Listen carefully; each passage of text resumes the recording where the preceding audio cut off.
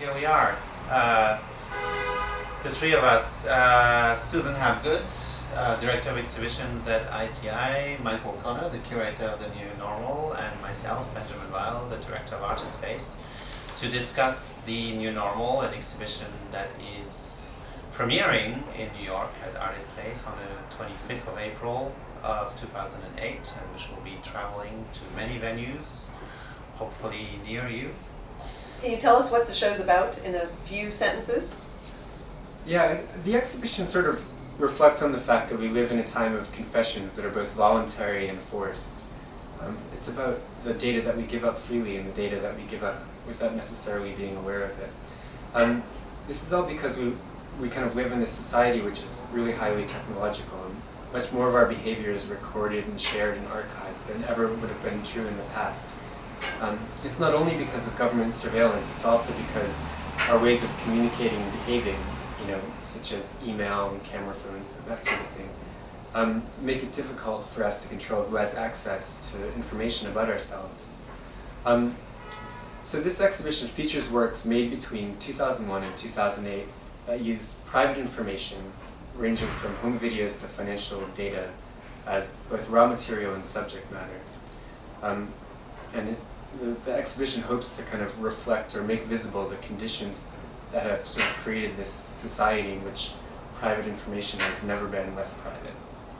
I was looking at the theme of privacy because I was thinking back to an exhibition that happened in 2001 called Control Space, which was a really wide-ranging exhibition at ZKM in Karlsruhe, Germany, that addressed the theme of privacy. And around the same time of Control Space, there was also the Future Sonic Festival in Manchester that also did a range of projects addressing surveillance culture and the proliferation of surveillance cameras in public spaces and in department stores at that time.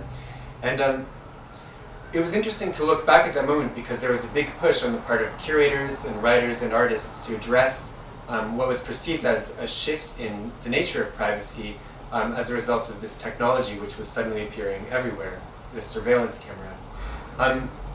Right at that point, when those exhibitions opened, it was almost like everything changed again. The surveillance camera still continued to proliferate, but at the same time, we had September 11th happen around that time. And shortly after September 11th, in the US, the government passed something called the Patriot Act. And I remember when that happened, really being aware that it was immediately going to affect electronic civil liberties. I was working as a writer, and I had just finished an article on computer hackers, and I'd interviewed all these people that were kind of operating in a sort of quasi-legal state as computer hackers that would do things like distribute unauthorized information on the internet, let's say. And I went into the paper where I was writing, and I delivered the article on a floppy disk on the day that September 11th happened, and I just knew that I couldn't send it by email, and that and that we were kind of entering a new era where this article would never see the light of day. And of course, when the editor read it, in light of all the changes that were happening at the time, I had to do a complete rewrite and address the changes in electronic privacy as a result of September 11th. So while that was happening, we also had the web beginning to pick itself up out of the ashes of the .com bust. So, around 2000, all of the kind of great hope that you could make money on the internet seems to collapse. But do you want to explain the title? Well, the title is drawn from a Dick Cheney quote, which he said in a speech to the Governors Association in October of 2001, where he was referring to the Patriot Act and similar measures being taken in response to the perceived threat of terrorism and the ways that the US government would address it. And he said, I think the quote was that he believes that many of the changes that have been made would become permanent in American life, that they would be the new normalcy. So instead of these things, like government wiretaps that seem, they may seem bizarre to us, but we should look at them as just an everyday part of our lives.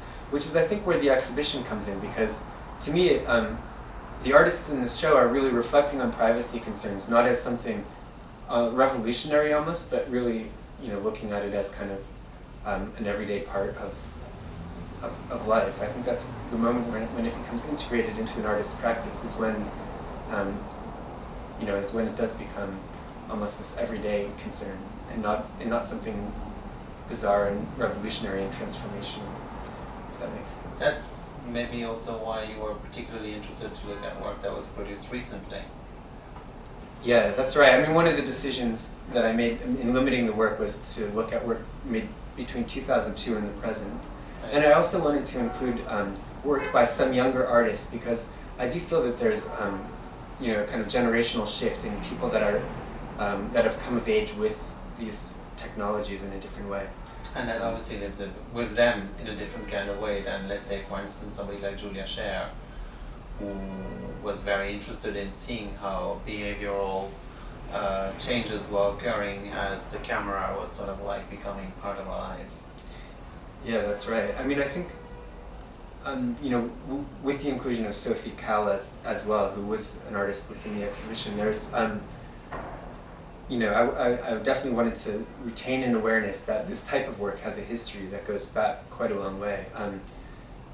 Vito Conchi's following pieces are another example, where people have been addressing issues of that boundary between public and private and where it lies and sort of the taboo of crossing it for some time. And I think that those issues or those concerns are persisting in this exhibition, but are kind of recast by our changing relationship to the private sphere in a time when it becomes much more permeable, and the taboo of crossing the boundary between public and private is kind of slightly being recast as something normal and not taboo. So privacy still exists. However, privacy is no longer where you would expect it to be in the old normal. Yeah, I think you could say privacy still exists, but I think privacy is the kind of thing that it's very difficult to define, because if you think about what it is, it could be you could be referring to the private sphere of the home, which is a specific kind of privacy, or you could be referring to your own thoughts, which are private to you inside your head, and remain so even though we have these new technologies, until the day that like the brain scan gets invented or something. And then it could also refer to financial information. And all these things, I mean, there's some philosophers that argue that privacy as a unified concept doesn't even exist. And that actually it's just like a kind of constellation of related ideas that sort of belong together. But what's clear when you look at the history of the kind of idea of privacy over time is that people only really have this kind of discussion when something changes to affect it. And in fact, it almost doesn't exist as a concept until there's a perceived threat to privacy.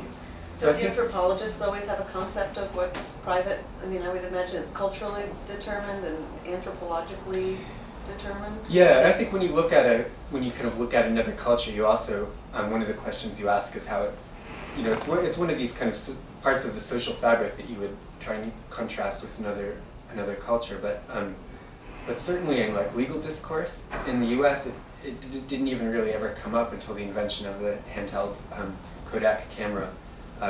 It's not in the U.S. Constitution.